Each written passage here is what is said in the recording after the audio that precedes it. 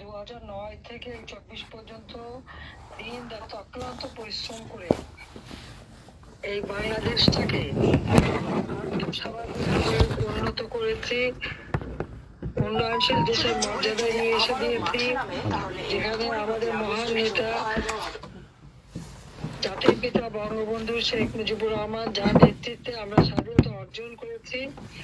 আমি তার প্রতি শ্রদ্ধা জানাই 30 লক্ষ শহীদের প্রতি, লাখো মা বোনের প্রতি। লাখো শহীদের রক্তের মধ্য দিয়ে যে স্বাধীনতা পেয়েছিলাম, এই স্বাধীনতাকে ব্যর্থ করে দেওয়ার জন্যই 15ই আগস্ট জাতির পিতাকে হত্যা করা হয়, 3রা নভেম্বর জাতীয় 4 নেতাকে হত্যা করা হয়।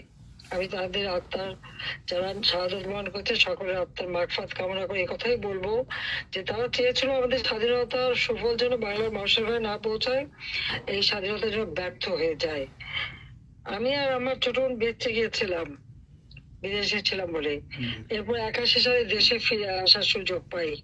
তারপর থেকে অক্লান্ত পরিশ্রম করেছি, গণতন্ত্র প্রতিষ্ঠা করেছি, মানুষের ভোটের অধিকার প্রতিষ্ঠা করেছি, এবং যেখানে মিলিটারি রুলার ছিল সেখান থেকে আমরা গণতন্ত্র নিয়ে এসে জনগণের ক্ষমতা জনগণের হাতে দিয়েছি এবং জনগণের আর্থসামাজিক উন্নতি করতে সক্ষম হয়েছে। জাতির পিতা মাত্র 3.5 বছরের মধ্যে একটা যুদ্ধ বিধ্বস্ত দেশকে স্বল্পোন্নত দেশের মর্যাদা এনে দিয়েছিলেন, জাতিসংঘ কর্তৃক স্বীকৃত। এরপর বাংলাদেশ তো এগোতে পারেনি। এরপর আওয়ামী লীগ সরকার আসার পরেই বাংলাদেশের উন্নতি হয়। আর বিশেষ করে 2009 সাল থেকে 2024 আমরা জাতির পিতার জন্মশতবার্ষিকী 2020-এ উদযাপন করেছি। 2021-এ আমরা স্বাধীনতা সুবর্ণ জয়ন্তী যখন উদযাপন করি, সেই সময় বাংলাদেশ গ্রাজুয়েশন হয় উন্নয়নশীল দেশে। আর দুর্ভাগ্যের বিষয় হলো যে 24-এ এসে যখন জনগণ আমাদের ভোট দিয়েছে, আমরা আবার সরকার গঠন করেছি এবং 26 সালের মধ্যে উন্নয়নশীল দেশ হিসেবে বাংলাদেশকে আমরা যে উন্নত করবো তার সব ব্যবস্থা আমরা নিয়েছিলাম, কিন্তু সেটা একটা গভীর চক্রান্ত করে নস্যাৎ করে দেওয়া হলো। এবং সেখানে টার্গেট তো 1 নম্বরে আমিই ছিলাম, আর সাথে সাথে কতগুলি মানুষকে হত্যা করলো। এবং নিরীহ এই যে ছাত্র ছাত্রী সহ সাধারণ মানুষ এবং আমার আওয়ামী লীগের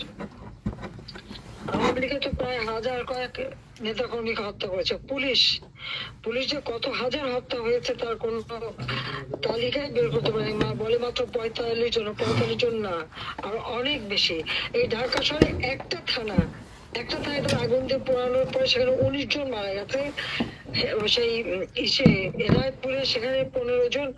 একটা মেয়ে যে ছিল প্রেগনেন্ট, একটা সিপাহি, সে হাত পা ধরছিল যে ভাই আমাকে মারেন না, আমার পেটে বাচ্চা, শোনে নাই, তাকে পিটে মেরেছে। এইভাবে সারা বাংলাদেশে প্রায় 400-র উপরে থানা আগুন দিয়েছে। এই আগুনে অনেকে মারা গেছে। সবথেকে কষ্টের যে 32 নাম্বার জাতির পিতার সেই স্মৃতি বিজড়িত জায়গা, যেটা আমরা জাদুঘর করছি, সেখানে যে আগুন দিয়েছে, একসাথে 9টা বাড়িতে আগুন লেগেছে। এমনকি ফ্রান্সের প্রেসিডেন্ট যেখানে গিয়েছিলেন দেখতে, সে বাড়িটাও পুড়িয়ে দিয়েছে এবং ওখানে 4 জন মানুষ পুড়ে মারা গেছে। এভাবে সারা বাংলাদেশে অগ্নিসংযোগ, মানুষ হত্যা করা, এগুলি তারা করে দিয়েছে। এবং এটা আজকে স্পষ্ট যে এরা জঙ্গিদের সাথে হাত মিলিয়ে এই ইউনূস, যাকে সবচেয়ে বেশি সুবিধা আমি দিচ্ছি, গ্রামীণ ব্যাংকে 400 কোটি টাকা আমি দিয়েছিলাম যখন 96 সালে সরকারে ছিলাম, ব্যাংকটা বসে যাচ্ছিল। আমাকে বললো গরিব মানুষের সাহায্য হবে, গ্রামীণ ব্যাংক চলবে, টেলিফোন, সেই গ্রামীণ টেলিফোনও আমাদের দেওয়া, আর সমস্ত টাকা পয়সা নিজের জন্য ব্যয় করছে, একটাও মানুষের জন্য না। আর গরিবের রক্ত খাইছে এবং উচ্চ হারে সুদ নিয়ে সেই টাকা বিদেশে পাচার করে সে অর্থ সম্পদের মালিক হয়েছে। আর এরপরে সরকারকে উৎখাত করা। আমাদের অপরাধটা কি ছিল? দেশের মানুষকে দুবেলা খাবার ব্যবস্থা না, ওই রংপুর টংপুর ওইসব এলাকা যেখানে দুর্ভিক্ষ, তো সেখানে মানুষ 3 বেলা 4 বেলাও খেতে পারতো। খাদ্য নিরাপত্তা দিছি, সাক্ষরতার হার 78.8 বৃদ্ধি করেছিলাম, চিকিৎসা সেবা 30% ঔষধ মানুষকে দিচ্ছি, রাস্তাঘাট মূল ব্রিজ সবকিছু উন্নত করে বাংলাদেশকে সারা বিশ্বের কাছে একটা মর্যাদাপূর্ণ করেছিলাম। মানুষের কাছে একটা বাংলাদেশ ছিল বিশ্বের বিস্ময় যে এত তাড়াতাড়ি একটা দেশ কিভাবে এত উন্নত হতে পারে। আমাকে অনেকেই বলতেন যে আপনার ম্যাজিকটা কি, আমি বলছিলাম যে ম্যাজিক আপা, বাংলাদেশের সাধারণ মানুষ এই কথা বলে ডক্টর ইউনূস কিছুই করে না দেশের জন্য, সে বাংলাদেশ থেকে টাকা নিয়ে বিদেশিদের সাহায্য করছে, এই চক্রান্ত, এটা বাংলার মানুষ, সাধারণ মানুষ বলে আপা। আচ্ছা আমি বলি, আজকে তোমরা দেখো এই ইউনূস যেভাবে চক্রান্ত করলো, আজকে তো এক এক করে বেরিয়ে যাচ্ছে। তারা আন্দোলনকারী দুই সমন্বয়ক, একজন কি বলছে, সে স্বীকার করছে, প্রকাশে বলছে যে পুলিশ খুন না হলে আর মেট্রো রেলে আগুন না দিলে নাকি তাদের বিপ্লব সফল হতো না। ঠিক ঠিক, এটা তো প্রকাশ্যে বলছে। নিরীহ পুলিশদের হত্যা করছে, নিরীহ মানুষ হত্যা করেছে, আওয়ামী লীগের নেতা কর্মী হত্যা করেছে, ছাত্রদের হত্যা করেছে। আজকে যে আবু সাইদের হত্যাকাণ্ড নিয়ে একটা করে মানুষকে বিভ্রান্ত করলো, আমার প্রশ্ন, ও যদি তাৎক্ষণিকভাবে পুলিশের গুলিতে মারা যেয়ে থাকে, তাহলে 5 ঘন্টা পরে ওকে হাসপাতালে নিল কেন? কোথায় ছিল আবু সাইদ? কোথায় রেখেছিল তাকে? এটা ওরা মেরেছে। এটা ওরাই মারছে। হাসপাতালে তো তাকে ওরা নেয় নাই, কেন নেয় নাই? তারপর যে মুগ্ধ যে বাচ্চাটা, সে তো রেসিডেন্সিয়াল মডেল স্কুলের ছাত্র, তাকে যে সে পানি খাওয়াচ্ছিল, সেখানে তো ওদের সব লোক, সেখানে তো পুলিশ কোনো আক্রমণও করেনি, ধাওয়া দেয় ছিল না, সেখানে সে গুলি খেয়ে মরলো কেন? পিছন থেকে গুলি করে বুকের থেকে বের হয়ে গেল।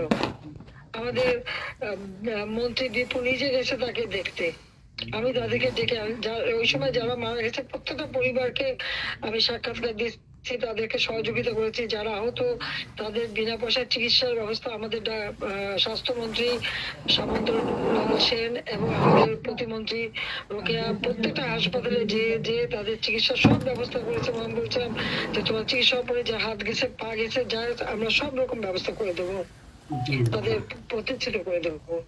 আমরা তো মানুষ হত্যা করি নাই, আমাদের কাছকে হত্যাকারী বানাই। আমি জুডিশিয়াল কমিটি করে দিয়েছিলাম, এনকোয়ারি কমিটি। কোন সরকার যদি হত্যাকাণ্ড করে তাহলে কি সে জুডিশিয়াল কমিটি করে? যখনই 6 গেল আমি সাথে সাথে জুডিশিয়াল এনকোয়ারি কমিটি করে দিলাম।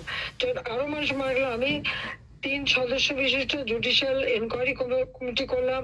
কমিটি সেই এনকোয়ারি করা শুরু করলো, এমনকি রংপুরেও ভিজিট করলো, সব জায়গায় গেল। তার সেই এনকোয়ারি কিন্তু ইউনূস বন্ধ করে দিল। এবং শুধু কিছু এখন 15 জুলাই থেকে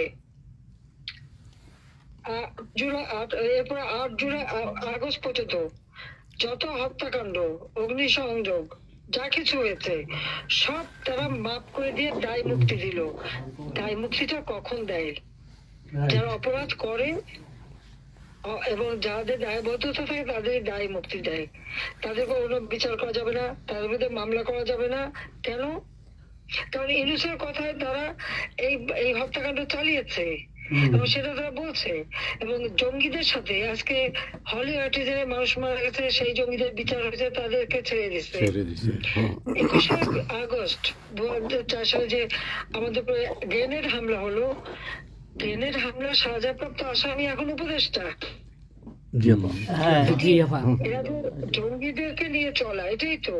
এবং সে তো নিজে স্বীকার করলো যে এটা কোনো গণঅভ্যুত্থান না, কিছু না, এটা হলো তার মেটিকুলাসলি ডিজাইন করা একটা আন্দোলন, যে তার মাস্টার মাইন্ড সে করছে, সেই প্ল্যান করে এই ঘটনাগুলি ঘটাইছে। তার মানে এখানে তো নিজেই বলছে যে ছাত্র আন্দোলন বা জনগণ আন্দোলন না, তার মানে সে একেবারে প্রকৃতপক্ষে একটা সন্ত্রাসী কর্মকাণ্ড এই ইউনূস এদেরকে নিয়ে করছে। সাধারণ ছাত্রছাত্রী যারা, আমার দুঃখ লাগে এখানে যে এদের এই সমস্ত মিথ্যা অপপ্রচার বিভ্রান্ত হয়ে সমস্ত সাধারণ ছাত্রছাত্রীদের সাথে যুক্ত হয়েছিল। আজকে আমি সাধারণ ছাত্রছাত্রীদেরকেই বলবো, তোমাদেরও চাই, তোমরা তাদের খবর দাও যে এখন তো তাদের কাছে স্পষ্ট যে এরা কিনার গ্রুপ। পুলিশকে মেরে পুলিশের লাশ ঝুলিয়ে রাখা, আওয়ামী লীগের একটা কর্মী গাজীপুরে তাকে আহত অবস্থায় হাসপাতাল থেকে নিয়ে এসে তাকে ঝুলিয়ে মারা, এই যে বিভৎস হত্যাকাণ্ড করা, কথায় কথায় গুলি করে মারা, এবং তাদের মিছিলের মধ্যে এলো সেখানে গুলি করে মেরে ফেলতে একটা বুলেট, সেই বুলেটটাও আজকে তাদের একজন উপদেষ্টা, তিনি আর্মির লোক, তিনি চেনেন, জানেন সে ব্রিগেডের সে যখন দেখলো যেটা 7.62 বুলেট, যে বুলেটটা আমাদের পুলিশও ব্যবহার করে না, আর্মিও ব্যবহার করে না, কেউ ব্যবহার করে না। সেই বুলেট কোথেকে আসলো, সেই রাইফেলটা কোথায়, এটা তদন্ত করে বের করতে হবে। উনি যেই তদন্তের কথা বললেন সেই তাকে সরিয়ে দেওয়া হলো। যখন জুডিশিয়াল কমিটি বললাম তদন্ত করতে, ইউনূস সেটা বন্ধ করলো। শওকত সাহেব যখন তার উপদেষ্টা বললো তদন্ত হবে, সে সেটা সরিয়ে দিল। তার মানে কি, 15 জুলাই থেকে এরপরে এই পর্যন্ত যত হত্যাকাণ্ড হচ্ছে, অগ্নিসংযোগ, সবকিছু তা ইউনূসের নির্দেশেই এই এত বুকের মায়ের কোল খালি হয়েছে, এত পুলিশ মারা গেছে, আর সব থেকে মারা গেছে তো আওয়ামী লীগের নেতা কর্মী। এ পর্যন্ত আমরা 289 জনের নাম ঠিকানা পেয়েছি। বাকি অনেকে পুড়িয়ে ফেলেছে, লাশ গুম করছে, আবার অনেকে কথা বলারও সাহস পাচ্ছে না, যেতে পারছে না। তারপর আমরা খোঁজ করছি কোথায় কোথায় আরো মারা গেছে। তার মানে আমাদের ধারণা যে অন্তত 1000-এর উপর আমার আওয়ামী লীগের লোকজনকে তারা হত্যা করছে। সিরাজগঞ্জে আমাদের এমপি ছিল হেনরি, তার বাড়িতে আগুন দেওয়াতে সেখানে প্রায় 4-5 জন লোক মারা গেছে। আমাদের গাজী তার ইন্ডাস্ট্রিতে আগুন দিছে, সেখানে প্রায় 170 জন লোক মারা গেছে। আমাদের যশোরে শাহিন চাকলাদের হোটেলে আগুন দিয়ে সেখানে প্রায় 50-60 জন লোক মারা গেছে। তাহলে এভাবে কত লোক তারা হত্যা করছে শুধুমাত্র ক্ষমতার লোভে। এই লোকটা এইভাবে তার ম্যাটিকুলাসলি ডিজাইন করা, অর্থাৎ সুপরিকল্পিত একটা প্ল্যান করে এই হত্যাকাণ্ড ঘটিয়ে সে সংবিধান লঙ্ঘন করে অবৈধভাবে ক্ষমতায় বসে আছে। এখন উনি নাকি আমাদের বিচার করবেন। আপা একটা প্রশ্ন করতে পারি আপা? একটা অপরাধী, সে নিজেই খুনি। ইউনূস নিজে খুনি, তার সমন্বয়করা খুনি। আপা 7 তারিখে আমার বাড়িতে আমাকে ফোন দিছে আমার বাড়ি পোড়ানোর জন্য। কথা বলবেন তো, সবার সাথে কথা বলবো, হবে না? আপা বলেন প্লিজ, প্লিজ আপা বলেন আপা। আমি যে কথাগুলি বলি রাখো, তোমরা রেকর্ড করে রাখো, তোমরা প্রচার করো, আমার আপত্তি নেই। জি দাদা, জি আপা, তোমাদের পারমিশন দিচ্ছি। জি আপা, thank you, thank you. Thank you, thank you. এই যে আপনারা স্টপ করেন না। ডিজাইন করে সে মানুষ হত্যা করে মানুষের লাশের উপর পা দিয়ে সংবিধান লঙ্ঘন করে অবৈধভাবে তারা ক্ষমতা আসছে। জি আপা, যদি এই সমস্ত খুনের দায় দায়িত্ব ইউনূসকেই নিতে হবে, আর তার ওই সমন্বয়করা। ইনশাআল্লাহ ইনশাআল্লাহ। জি আপা, জি আপা, এবং সে যে হত্যার সঙ্গে জড়িত তো প্রমাণ পাওয়াই যায়। সে যত জঙ্গিদেরকে ছেড়ে দিল, হলি আর্টিজানের মতো ঘটনা ঘটলো, তাকে 21 আগস্ট গ্রেনেড হামলায় আসামি তাকে এবং অন্য যত জঙ্গি ছিল সবাইকে সে মুক্তি দিয়ে দিয়েছে। কারণ এই জঙ্গিদের সাথে তার একটা যুক্ত ছিল, তার একটা সংযোগ ছিল।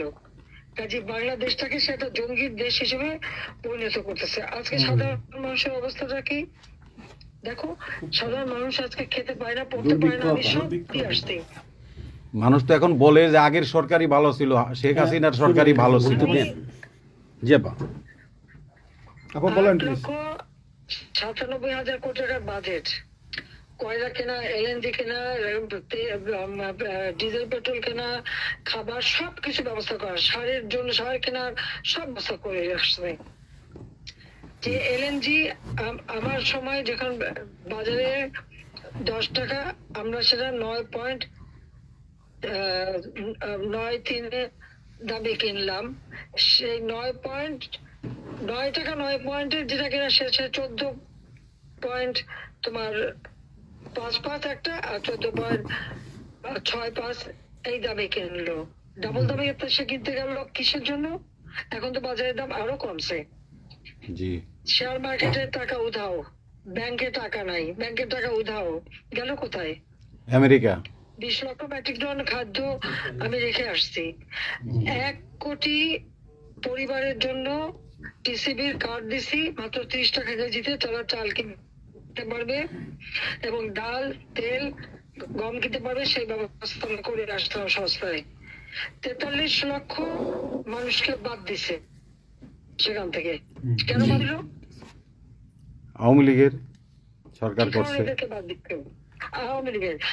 তার মানে তুমি আরেকটা জিনিস করো, 43 লক্ষ আওয়ামী লীগ পেলো, তখন তো 1 কোটি ছিল, বাকি তো অন্য দলের।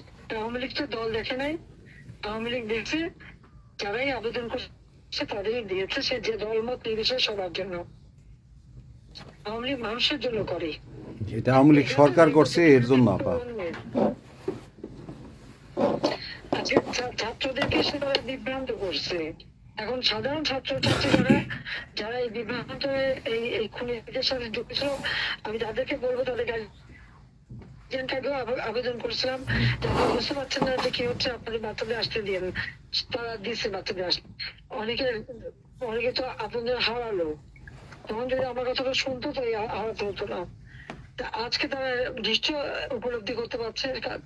সেটা আমি বলবো যে এখন যারা এই সাধারণ ছাত্রছাত্রী আবুজাদের সঙ্গে যুক্ত হয়েছিল তাদের প্রতি আমাদের কোনো ক্ষোভ নেই, কিচ্ছু নেই, বরং তারা লেখাপড়া করুক, আমরা সেটা চাই।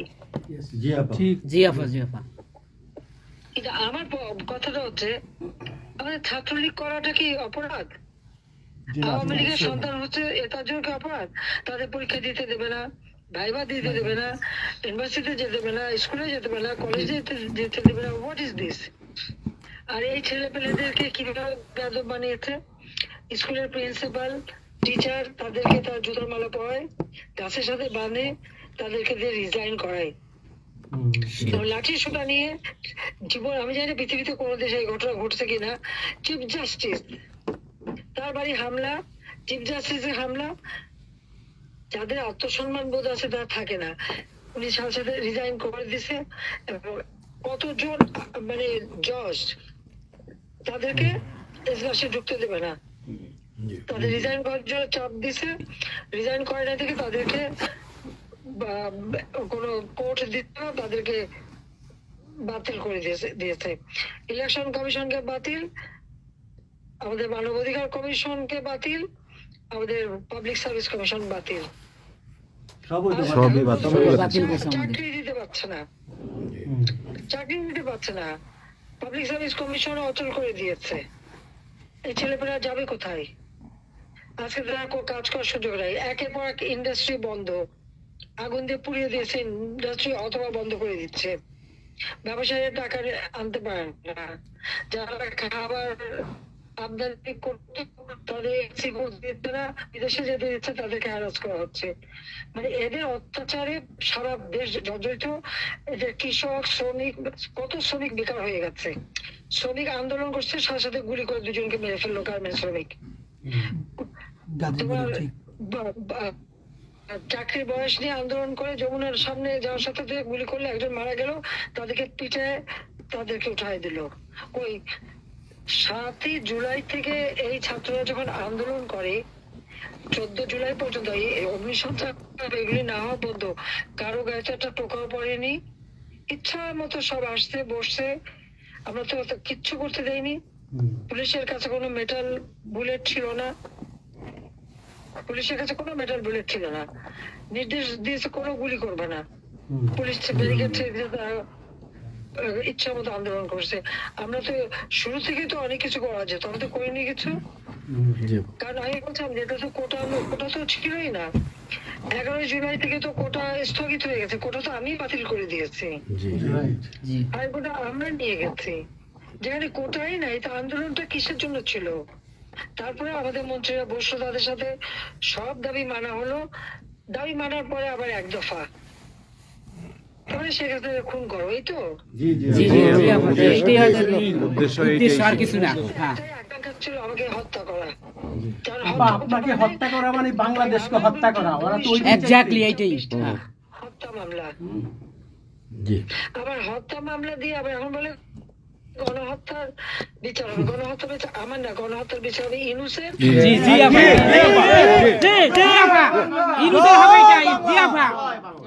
ইনশাআল্লাহ হইবে একদিন, ইনশাআল্লাহ হবে, তার বিচার ইনশাআল্লাহ। আপা 152 জন সমন্বয়কের মধ্যে ওর বিচার আমি করব। একজনকেও কিন্তু গুলি করা হয় নাই বা কেউ গুলিবিদ্ধ হয় নাই, গুলিবিদ্ধ হয়েছে সাধারণ জনতা। তার মানে ওরা মারছে এগুলোকে। ইনডেমনিটি দিয়েছিল 15 আগস্ট হত্যাকারীদের। আমি বলছিলাম বিচার করবো, আমি বিচার করি নাই, করছি ইনশাল্লাহ। ইনশাআল্লাহ দেশে বিচার হবে ইনশাআল্লাহ আপা, অবশ্যই। অপরাধীদের বিচার জাতির বিচার শুরু করেছিলেন জিয়াউর রহমান, এসে সে বিচার বন্ধ করে দেয়। এই যুদ্ধ অপরাধীদের উপদেষ্টা বানায়, মন্ত্রী বানায়, প্রধানমন্ত্রী বানায়। খালেদা জিয়া তাদেরকে মন্ত্রী বানায়। জি জি এরশাদ তাদেরকে এমপি বানায়, আবার বানায়, কি বলে, রাজনৈতিক সুযোগ দেয়, রাষ্ট্রদূত করছে। রাষ্ট্রপতি পদপ্রার্থী করে। খালেদা জিয়া ভোট চুরি করে এই খুনিদেরকে পার্লামেন্টে বসায় রশিদ রে। আমি বলছি আমি বিচার করবো, আমি বিচার করতে পারছি, আল্লাহ আমাকে সেই সুযোগ জয় বাংলা। ইনশাআল্লাহ, জয় বাংলা, জয় বঙ্গবন্ধু। হ্যাঁ। এই ছাত্র হত্যার জন্য, জনগণ হত্যার জন্য, পুলিশ হত্যার জন্য আওয়ামী লীগের নেতাকর্মী এবং মাইনরিটি, হিন্দু, বৌদ্ধ, খ্রিস্টান কেউ বাদ যায় নাই। জি আপা। এটাই গণহত্যা। আক্রমণ করছে, হিন্দুদের বাড়ি ঘর মন্দির ভাঙছে, বুদ্ধিস্টদের প্যাগোডা ভাঙছে, সেখানেও তাদের ছেলেদের হত্যা করছে সেই খাগড়াছড়ি এবং রাঙামাটিতে। প্রত্যেকের উপরে এরা হামলা করছে, করে করে তাদেরকে মারছে।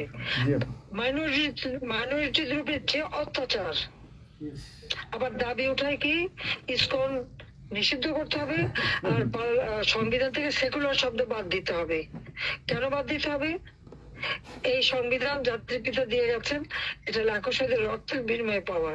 জি জি এদের কলমের কচু জিয়াও এটাকে নিয়ে খেলছে, এসবও করছে, খালেদা জিয়াও করছে, কিন্তু আবার আমরা সেই সংবিধান ফিরিয়ে এনেছি, মানুষের অধিকার আমরা নিশ্চিত করেছি। এবং এই সংবিধানেরই ৭ম অনুচ্ছেদের গ, অবৈধভাবে অনির্বাচিত কোন কেউ যদি ক্ষমতা যায় তাহলে তার বিচার হবে। এবং ইউনূস, তার কোনো সাংবিধানিক ভিত্তি নাই, সে অসাংবিধানিক ভাবে অবৈধভাবে ক্ষমতা দখল করছে। ইনশাল্লাহ তার বিচার ওই সংবিধান মোতাবেকই হবে, এবং তার ওই চালা চামুন্ডার যে করার সাথে আছে আর উপদেষ্টা এবং সমন্বয়কারী সবকটার বিচার বাংলা মাটিতে হবে। জয় বাংলা। ঘুষখোরের কোনো জায়গা নাই বাংলাদেশে আপা। জি আপা। আজকে সারা দেশের মানুষ হাহাকার, জি জি। কারণ জীবনের নিরাপত্তা নাই, যে কোনো ঘরে ঢুকতেছে অমনি তাদেরকে খুন করে, লুটপাট করে, ডাকাতি হইতেছে, চুরি হইতেছে। এই ছাত্র নামদারিরা এমপি হোস্টেলে যে সব তালা ভাঙছে, সব লুট করছে, মন্ত্রীদের বাড়িতে তালা ভাঙছে, লুট করছে, আমাদের প্রত্যেকের গণভবন থেকে শুরু করে সবই তো লুট করছে। এবং ইউনূস নিজেই তো গণভবনে গেছিল লুট করতে, ছবি দেখো না? সুদখোর, ঘুষখোর। আপা আপনি গোপালগঞ্জে চলে আসেন, কোনো সমস্যা নাই, আমরা আছি আপনার সাথে। সবাই যাব, ইউরোপ আমেরিকা থেকে সবাই আমরা যাব। আমরা গোপালগঞ্জে কথা শুনি ইনশাআল্লাহ স্বেচ্ছায় কারাবরণ করব দরকার হয়। জি আপা। হ্যাঁ। জি আপা বলেন প্লিজ। ওই আগুন দিয়ে পোড়ানোর পরে যেটুকু অবশিষ্ট ছিল সেটা লুট করতে গেছিল, কাজে ওদেরটা চোর, জি বড় চোর, বড় চোর। সুদখোর, সুদখোর। ঠগ। জি আপা। আপা আবার বিচার করবে আমাদের, আপা আচ্ছা আমি ওর বিচার করবে জনতা। ইয়েস ইয়েস আপা। জনতা তো করবেই, আমরা নিজেরা করবো আপা, ফাঁসি চাই না, নিজের হাতে আমরা করবো। দৃষ্টান্তমূলক ফাঁসি চাই, যেটা জনগণ দেখবে ওই ফাঁসি চাই। যার যার বাড়ি ঘর পোড়াইছে করছে, আপা দেশের থেকে সব গরিব মানুষ এখন গ্রামে যাচ্ছে, খাবার পাচ্ছে না, কিচ্ছু পাচ্ছে না, খুব কষ্টে আছে সাধারণ পাবলিক, খুবই খারাপ আপা। সারা বাংলাদেশ, আমরা দোয়া করি আপনি তাড়াতাড়ি আসেন। বৃহত্তর নোয়াখালীর অবস্থা অনেক খারাপ আপা। সারা বাংলাদেশের অবস্থা খারাপ বানায় রাখছে ওরা আপা। সারা বাংলাদেশটাকে একটা বদ্ধ ভূমি বানায় রাখছে, যেখানে সেখানে হত্যা, মানে এমন কোন লোক নাই যারা এখন শান্তিতে আছে। সবাই একটা কথাই বলে যে আগেই ভালো ছিল, আগে সরকারি ভালো ছিল। আমরা ভুল করেছি আপা, এই কথা সবাই বলে। সবাই জি আপা। অনুতপ্ত আপা। আপনি বলেন না, না, এখন। জি আপা প্লিজ প্লিজ বলেন আপা। প্লিজ। প্রত্যেকটা জায়গায় তো এইভাবে। এবং এখন আবার সে ওই আর একটা পদক্ষেপ নিচ্ছে, এদিকে প্রায় ৮০ জন প্লাস আরো ৩৫ জন, সেই সাথে ৩০০ লোক, তারা জেলা, উপজেলা, ইউনিয়নে সার্ভে করতে পাঠাচ্ছে। সবাইকে বলে দাও ওই সার্ভে করতে কারা যায়, কাদের নাম লিখছে, Yes, সেগুলো of course, আমরা করবো। Of course, আপা। Definitely you get it. Yeah. আমরা চাই আপা আপনি সুস্থ থাকেন, আপনি সুস্থ থাকলে বাংলাদেশ সুস্থ থাকবে, বাংলাদেশ ভালো থাকবে। আপনাকে আবার আমরা ফিরিয়ে এনে বাংলাদেশকে আবার এগিয়ে নিয়ে যাওয়ার জন্য জয়ের মালা পরাবো আবার, আবার জয়ের মালা পরাবো। জয় বাংলা, জয় বঙ্গবন্ধু। জি আপা প্লিজ। তোমরা তোমাদের যে দেশে আছো সেই দেশে স্যার ডেনমার্ক আমেরিকা সবাই এখানে আছি আপা, ডেনমার্ক আমেরিকা সবাই আছি আমরা। আপা আপনি এখন আমাদের কিছু নির্দেশনা দেন, নির্দেশনা আমরা দেন। প্রবাসী থেকে কি করতে পারি, এবং বাংলাদেশে আমাদের যে ফ্যামিলি আছে, আত্মীয় স্বজন আছে, আমাদের যে বিভিন্ন দলের নেতৃবৃন্দরা আছে, আমরা কিন্তু অর্থনৈতিক থেকে বিভিন্নভাবে সহযোগিতা করতেছি, যার যেভাবে পারি আমরা। আপা প্রবাসীরা করতেছে আপা। বাকিটা আপা আপনি নির্দেশনা দেন, আপনার নির্দেশনার মতো আমরা কাজ করব বাংলাদেশে এবং প্রবাসে। তোমাদের যেটা করতে হবে একটা হচ্ছে তোমরা যে দেশে আছো সেই দেশের আইন কানুন মেনে জি ওখানকার যারা নির্বাচিত প্রতিনিধি বা সরকার বা যে বিভিন্ন মানবাধিকার সংস্থা, তারপরে 165 জন সাংবাদিকের জি চাকরি নাই, জি তাদের অ্যাক্রেডিটেশন কার্ড বাতিল করে দিছে। 106 জন সাংবাদিকের বিরুদ্ধে হত্যা মামলা দিছে এবং আমাদের কতজনকে গ্রেপ্তার করে জেলে ঢুকাইছে, মানবিত জীবন যাপন করছে। জি সাংস্কৃতিক কর্মীরা কাজ করতে পারে না, ব্যান্ড শোরা ব্যান্ড কোন অনুষ্ঠান করতে পারে না, পাকিস্তান থেকে ব্যান্ড শো এনে করায়, অথচ আমাদের দেশে ব্যান্ড শো যারা তারা এখন কাজ পায় না। এরা আবার এদের সাথেই ছিল, তারাও লাল রং লাগাইছিল, এখন আর তাদের পাত্তা নাই, তারাও কাজ পায় না। সাংস্কৃতিক কর্মকাণ্ড বন্ধ, সমস্ত সামাজিক নিরাপত্তা যত গরিব মানুষ আমরা বয়স্ক ভাতা, বিধবা ভাতা, মুক্তিযোদ্ধা ভাতা যা যা দিয়েছিলাম সেগুলি সব বন্ধ করে দিয়ে সেটাকে মেরে খেয়ে গেছে। এমনকি মানে সারা দেশটাকে একটা লুটের রাজত্ব, খুনের রাজত্ব সৃষ্টি করছে। এই বিষয়টাই যে মানবাধিকার লঙ্ঘন, সাংবাদিকদের উপরে নির্যাতন, সাংবাদিকদের অত্যাচার করা, মহিলা সাংবাদিকরা যেভাবে অপমান করছে, এই বিষয়গুলি জনমত তোমাদের তৈরি করতে পারে আন্তর্জাতিক পর্যায়ে। জি আপা। ইউনুসের যে বিভৎস চেহারাটা ওইটাই আজকে মানুষের কাছে স্পষ্ট হয়ে গেছে। একটা রাষ্ট্র চালাতে সে টোটালি ব্যর্থ। এই জিনিসগুলি কি আপা আপা আমি একটা বলি, ইউনূস সাহেব রাখছে 4টা টোকাই রাখছে, সাথে 4টা টোকাই রাখছে। আর আপনি চিন্তা করেন না বাংলাদেশে গৃহযুদ্ধ হবে তখন আপনাকে ডাকবে। এটা তোমাদের একটু করতে হবে। ইউরোপিয়ান ইউনিয়নে যেখানে তোমার ওখানকার পার্লামেন্টে যেখানে আসো সব জায়গায় এই জনমতটা তৈরি করতে হবে। আমরা করবো। সন্ত্রাসের রাষ্ট্রে পরিণত করছে বা মানুষ খুন করছে, আজকে খুন করছে। আজকে তুমি জানো আমাদের মোহাম্মদ হোসেন মায়ের বাড়িতে আগুন এইগুলি সে করে বেড়াচ্ছে এবং সমস্ত এই ইচ্ছা মতো। কাজে তোমরা এই বিষয়গুলি তোলো, আর আত্মীয় স্বজন, বন্ধু বান্ধব, পরিচিত যারা আছে খুবই কষ্ট আছে, তাদেরকে সাহায্য করো। মামলা দিয়ে দিয়ে আমাদের নেতা কর্মীদের চরম হয়রানি করে যাচ্ছে, তাদেরকে সহযোগিতা করা, এই যে আইনজীবী ঠিক করা এবং আন্তর্জাতিক ভাবে কিভাবে মানে এদেরকে জনমত সৃষ্টি করা এবং সরকার যে অপকর্মগুলি করছে সেগুলি তুলে ধরা, এই কাজগুলি তোমাদের আমরা করবো। আপা একটা জিনিস একটু সন্দেহ লাগতেছে আপা। তাদের সাথে তোমরা থাকবা, কাজ করবা, আর দেশের ভিতরেও মানুষকে যে এই সরকারকে না তাড়ালে দেশের মানুষের মুক্তি দেয় করবে। হ্যাঁ আপা আমি একটু একটা কথা বলতে চাই, একটা জিনিস একটু সন্দেহ লাগতেছে যে পাকিস্তান থেকে যে শিপের মধ্যে কতগুলি কন্টেইনার আসলো, এইটা কেন এবং এত দ্রুত ওরা কিভাবে পাকিস্তানের সঙ্গে ব্যবসায়িক সম্পর্কটা গড়লো? কারণ এইটা তো কোনোদিন ছিল না বাংলাদেশে, 71-এর পরে এটা হয় নাই আপা। এখন এইটা নিয়ে আমাদের আপনি তো অবশ্যই আপনি অনেক কিছু অবগত আছেন, এটা আমাদের জানার প্রয়োজন। এই তথ্যটা আমাদের বের করা উচিত যে কোনোভাবে গোয়েন্দা বলেন, যে কোনোভাবে আমাদের তো কিছু না কিছু আছে, এদের মাধ্যমে এই জিনিসটা আমাদের খুবই দ্রুত বের করা উচিত। এরা কি মনে করতেছে, মনে হয় সম্ভবত ভয় পাইতেছে যে আমরা হয়তো দেশে একটা অরাজকতা সৃষ্টি করুম, ওরা একটা গৃহযুদ্ধের প্রস্তুতি নিতেছে অস্ত্র। আমার কাছে সন্দেহ। ওইখানে ওইখানে দুইজন যে মাল ডেলিভারি করে ওই জায়গাতে কন্টেনারের ওইখানে 2টা লোকের চাকরি চলে গেছে। হ্যাঁ আরেক হ্যাঁ দেখতে চাইছে, স্ক্যান করতে চাইছে, দেয় নাই। অস্ত্র চোরাকারীর সাথে জড়িত। জি জি Yes, আপা, yes. আপা এই দেশটাকে তো ওরা আবার সেই পাকিস্তানের পর্যায়ে নিয়ে গেছে, আমাদের এই দেশটাকে আবার উদ্ধার করতে হবে ইনশাল্লাহ। এজন্য আমাদের যা করতে হবে প্রবাসী এবং দেশে, আপা আমরা যারা বাহিরে আছি আপা, আমরা প্রয়োজনে দেশে গিয়ে আবার মুক্তিযুদ্ধে, ওই মুক্তিযুদ্ধ আমরা দেখি নাই 71-এ, আমরা নতুন মুক্তিযুদ্ধে আমরা অংশ নিব আপা ইনশাল্লাহ। এই দেশকে আমাদের উদ্ধার করতেই হবে, এই দেশকে উদ্ধার করতেই হবে আপা আমাদের। একটা শুনি। জি আপা বলেন। ঠিক আছে, আচ্ছা। আপা আমরা শেষ করবেন। আমরা ডেনমার্ক আওয়ামী লীগের পক্ষ থেকে এই জায়গায় আমরা যারা আছি, আমাদের বয়োজ্যেষ্ঠ নেতৃবৃন্দ আছে। একটু বলো, শেষ করবো।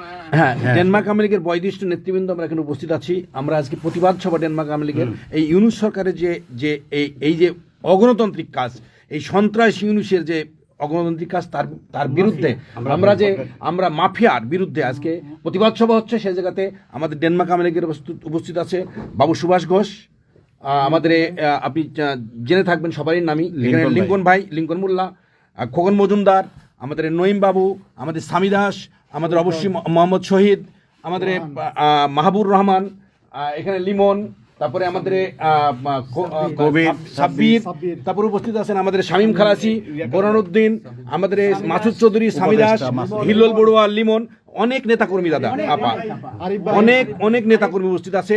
আমরা আপনার জন্য আজকে দোয়া করব, দুহাত তুলে আপনার দীর্ঘায়িত কামনা করছি। আগামীতে আপনাকে সুস্থ থাকতে হবে, আপনার মাধ্যমেই বাংলাদেশকে আমরা ঘুরে দাঁড়াবে। যেমনি ভাবে আমরা 1981 সালে আপনি সেই বাংলাদেশের হাল ধরেছিলেন, বাংলাদেশের মানুষের গণতন্ত্র, বাংলাদেশের মানুষের মুখে হাসি ফুটায় নিয়ে আসছিলেন, আপনার মাধ্যমে আমরা ইনশাল্লাহ ওই দিনে আগামীতে ওই দিন ফিরে আনবো ইনশাল্লাহ।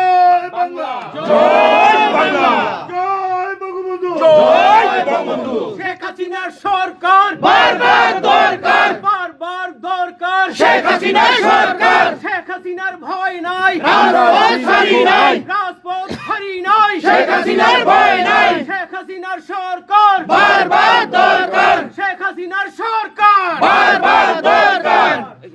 আপা আপনি একটা কি করে শুনুন। বলুন। জি আপা, বলেন প্লিজ, আপা বলেন প্লিজ। বলেন, আপনি তো বিজি এমনিও। জি হ্যাঁ আপা, আরেকটা জিনিস আমি জিজ্ঞেস করি আপনাকে, এত বড় একটা ঘটনা আপা আমাদের উপর ঘটে গেল, আপা আমার আমাদের গোয়েন্দারা কি করছে আপা? এই প্রশ্নের অ্যান্সার আবার দিয়েন না। আমাদের সাংগঠনিক অ্যান্সার যেটা হয়েছে, আমরা যেহেতু রেকর্ড করেছি এই অনুষ্ঠানটা, সেই এই পর্যন্তই থাক, আমাদের মনে বলে ভালো। এই পর্যন্ত আপনারা শেষ করছি। আপনাকে আবার ধন্যবাদ, আপনার জন্য দোয়া করছি, আপনার দীর্ঘায়িত কামনা করছি আপা। আপা আপনি শেষ করুন, সাংগঠনিক নির্দেশনা দেন। আপনি একটু শেষ করুন আপা, তারপরে আমরা শেষ। জি আপা, আমরা শেষ করছি। হ্যাঁ, রেকর্ডিং বন্ধ, ধন্যবাদ। রেকর্ডিং বন্ধ করুন, সব রেকর্ডিং বন্ধ করুন, সবাই রেকর্ডিং সবাই রেকর্ডিং বন্ধ করুন, সবাই বন্ধ করুন। হ্যাঁ, এই রেকর্ডিং বন্ধ করুন, রেকর্ডিং বন্ধ করুন, বন্ধ করুন। রেকর্ডিং বন্ধ করেন, রেকর্ডিং বন্ধ করেন। এই রেকর্ডিং করবেন।